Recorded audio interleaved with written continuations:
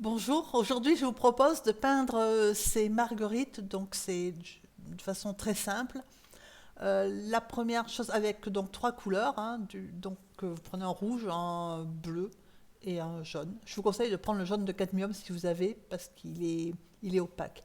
Alors en fait on dessine les marguerites, vous avez l'esquisse qui est proposée en téléchargement sur le site. On protège les fleurs avec du liquide de masquage. Ensuite, on mouille toute la page. On commence par le haut. Et une fois n'est pas coutume, on va commencer par une couleur foncée. Et donc le bleu, alors moi c'est du bleu de Prusse. Si vous avez du bleu de Phthalo, vous aurez à peu près le même résultat.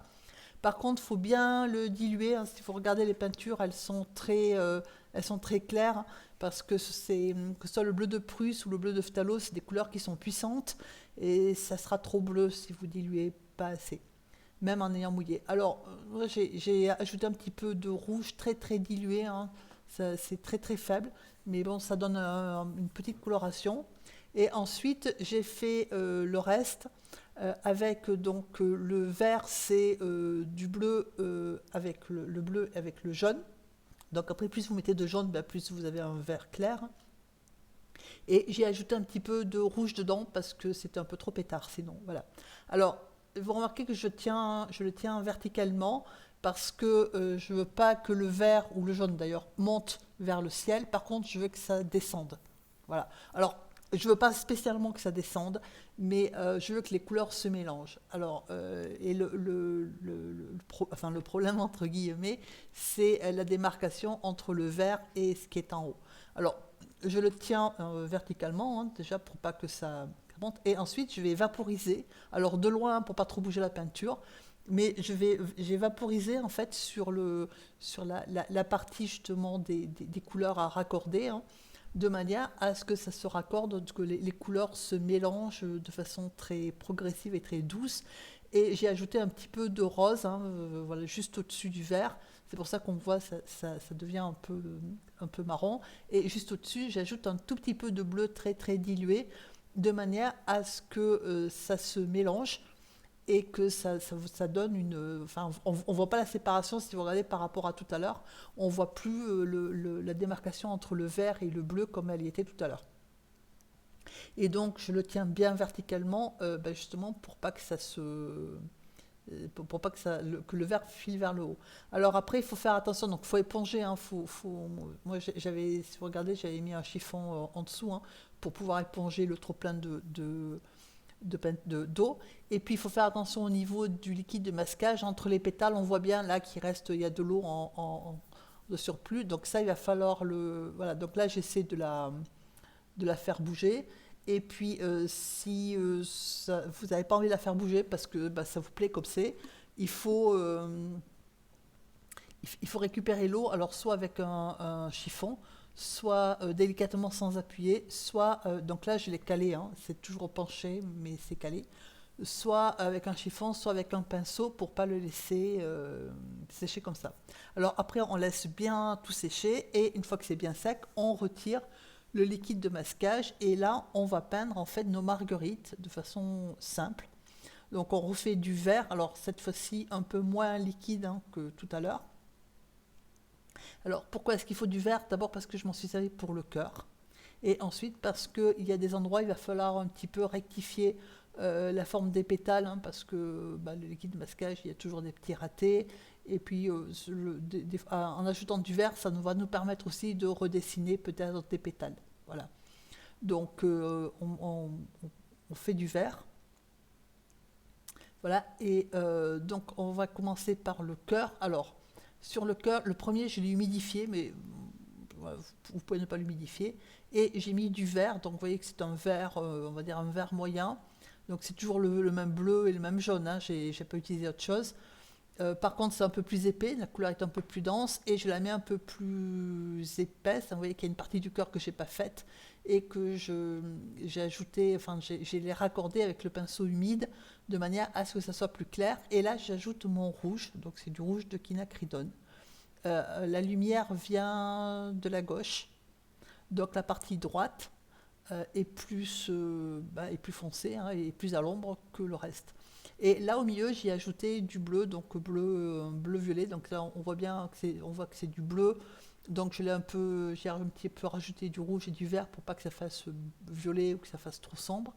Et là j'ajoute du vert pour que voilà, les couleurs se mélangent et je remets du rouge en fait, hein, de manière à ce que ça se mélange. Alors le gris que je suis en train de faire là, je l'ai fait avec les trois couleurs, c'est-à-dire que il faut prendre le bleu très très très pâle. Si vous regardez à gauche, enfin, sur la droite, pardon, le bleu là, on l'aperçoit, il est très très pâle.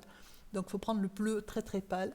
Et avec ce bleu très très pâle, juste au-dessus, j'ai ajouté un petit peu de rouge. Donc ça va vous donner une espèce de violet très très pâle auquel vous allez ajouter du jaune.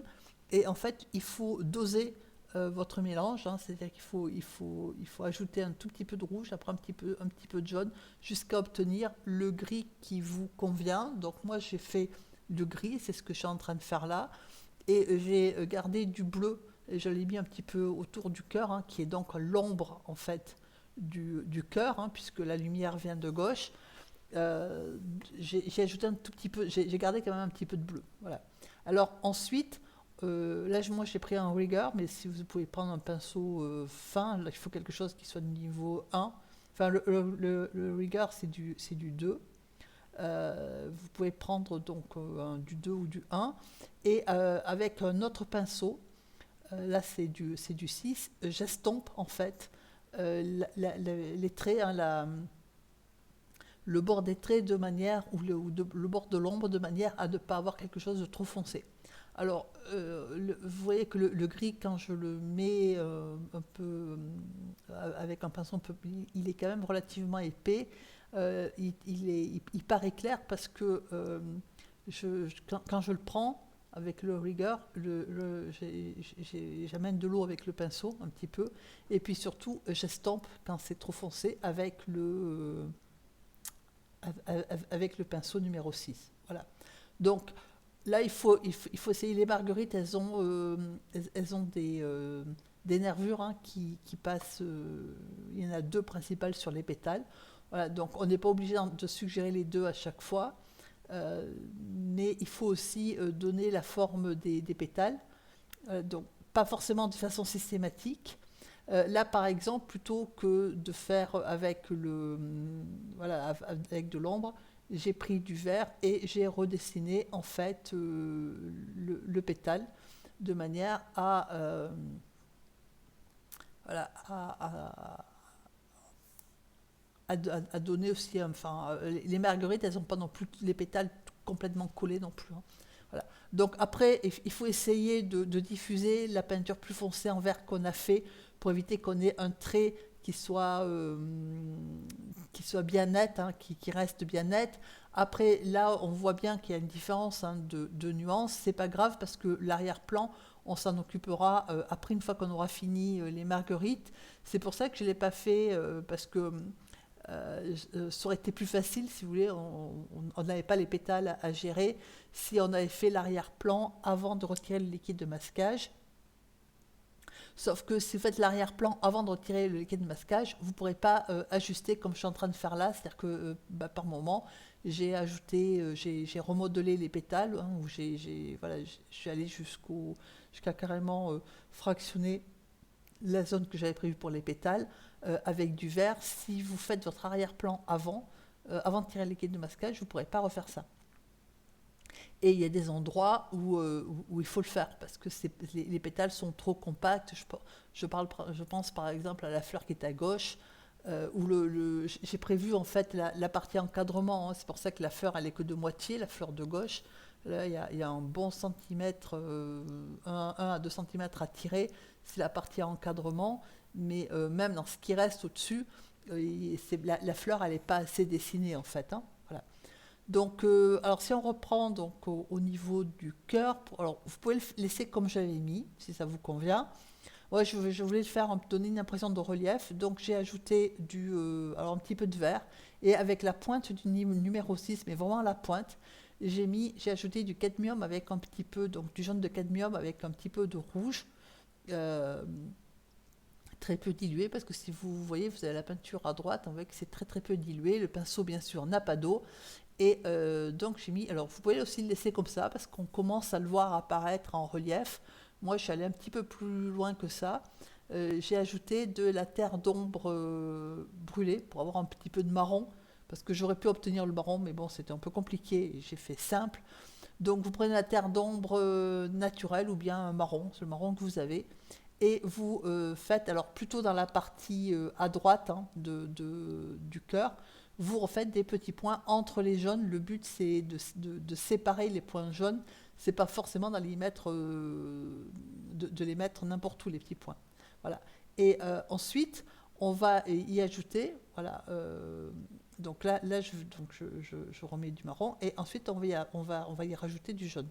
Donc il faut faire attention de faire les points un peu plus petits et un peu plus clairs à gauche, enfin sur la partie gauche du cœur, et plus foncé et sur la partie droite. Alors voilà, j'ai pris le marron parce que c'était quand même mieux que de le faire avec le rouge, ça faisait trop rouge. Et après, donc, je suis en train de refaire si vous regardez, du vert. Hein, et je rajoute encore un petit peu de vert. Alors, pas partout, le vert, il est plutôt en périphérie du cœur. Et ensuite, avant que ça sèche, je reprends mon jaune. Alors, il était un moment où le jaune, je allais chercher carrément dans le tube. C'est-à-dire que j'avais le pinceau propre. Avec la pointe, je suis allée chercher carrément la peinture qui sort du tube. C'est pour ça que si vous regardez, elle est vraiment très très compacte et que on a des points qui sont quand même relativement épais. Voilà. Et en fait, c'est cette superposition qui vous donne l'impression de relief en fait. Voilà. Et il faut bien faire attention de laisser la partie un peu plus foncée à droite, hein, de manière à ce qu'on voit. Voilà, c'est le relief en fait, il vient de la superposition hein, et de la juxtaposition de points de différentes couleurs et surtout avec donc du vert et du marron qui vous donnent l'impression de profondeur par rapport au jaune. Voilà. Donc alors, moi je l'ai fait sur les 2 à 3, je ne sais plus, deux plus grosses marguerites. Voilà, donc celle-ci et celle à gauche. Après, si ça ne vous plaît pas, ou si vous trouvez que c'est trop compliqué, ou si vous n'avez pas de tube, parce que ça c'est un autre problème, c'est que ça c'est une peinture que vous pouvez faire, une aquarelle que vous pouvez faire même il y a des choses, c'est compliqué de le faire sans tube quand on utilise la peinture épaisse. Là, comme elle est relativement diluée, je veux dire, même si vous avez des godets, ça pose aucun souci. Sauf pour le cœur, dans ce cas-là, il faut le faire comme je l'avais fait tout à l'heure, c'est-à-dire vous commencez par du vert clair, ensuite vous y ajoutez du jaune, et sur la partie la plus éclairée, vous y ajoutez un tout petit peu de rouge pour que ça fasse de l'orange. Je vous montrerai parce que j'ai commencé par faire le cœur à gauche comme ça, puis après bon, je l'ai aligné sur l'autre, mais ça fait très joli aussi, hein, voilà. Ça vous évitera de vous compliquer la vie si vous n'avez que des godets. Ça sera compliqué de prendre la peinture qui sort du tube. Donc après, on continue à faire ces pétales. Donc il faut penser qu'il y a des pétales qui font de l'ombre aux autres. Hein, voilà. Et puis de temps en temps, on met les nervures, pas forcément à toutes. Quand les pétales se touchent, moi je ne les sépare pas forcément, enfin je n'ai pas redessiné à chaque fois exactement la forme des pétales. Des fois, comme j'ai fait en haut, juste de mettre de l'ombre sur celui au-dessus, ça suffit à vous dessiner le pétale qui est en dessous. Voilà, c'est pas, faut penser que ce sont des fleurs et que c'est forcément quelque chose de léger, donc faut pas forcément tout séparer à chaque fois. Alors pour le cœur à gauche, hein, j'ai mis comme tout à l'heure du vert, ensuite du jaune et un petit peu de rouge, hein, c'est pour ça que ça fait un petit peu orange. Ensuite on fait l'arrière-plan, donc l'arrière-plan sont les mêmes couleurs, c'est vert, c'est le vert donc moyen clair et foncé, c'est plus ou moins de bleu ou de jaune, donc auquel j'ajoute un petit peu de rouge pour pas avoir du vert pétard. Il faut humidifier d'abord parce que c'est plus facile. Et en même temps, vous en profitez pour redessiner éventuellement quelques pétales. Il faut varier les nuances de jaune et puis en même temps faire la queue des fleurs. Donc la queue des fleurs, celles qui sont au premier plan, elle est nette. Celles qui sont à l'arrière-plan, elles sont un peu plus floues parce qu'elles sont un peu plus loin. Et il faut essayer de varier les nuances de vert, hein, parce que voilà, ça fait plus joli. Et une fois que vous avez fait votre fond, tant que ça sèche, vous prenez une couleur un peu plus foncée et vous suggérez des plantes, des herbes, des tiges, etc. Voilà. Donc cette vidéo est quasiment terminée. Je vous remercie de l'avoir suivie. Merci à tous ceux qui like et qui écrivent des commentaires. Merci de vous abonner si la vidéo vous a plu. Je vous souhaite une excellente journée. N'hésitez pas à poser des questions, hein, j'y répondrai avec plaisir. Je vous souhaite de peindre plein de jolies fleurs et je vous souhaite une excellente journée. À bientôt.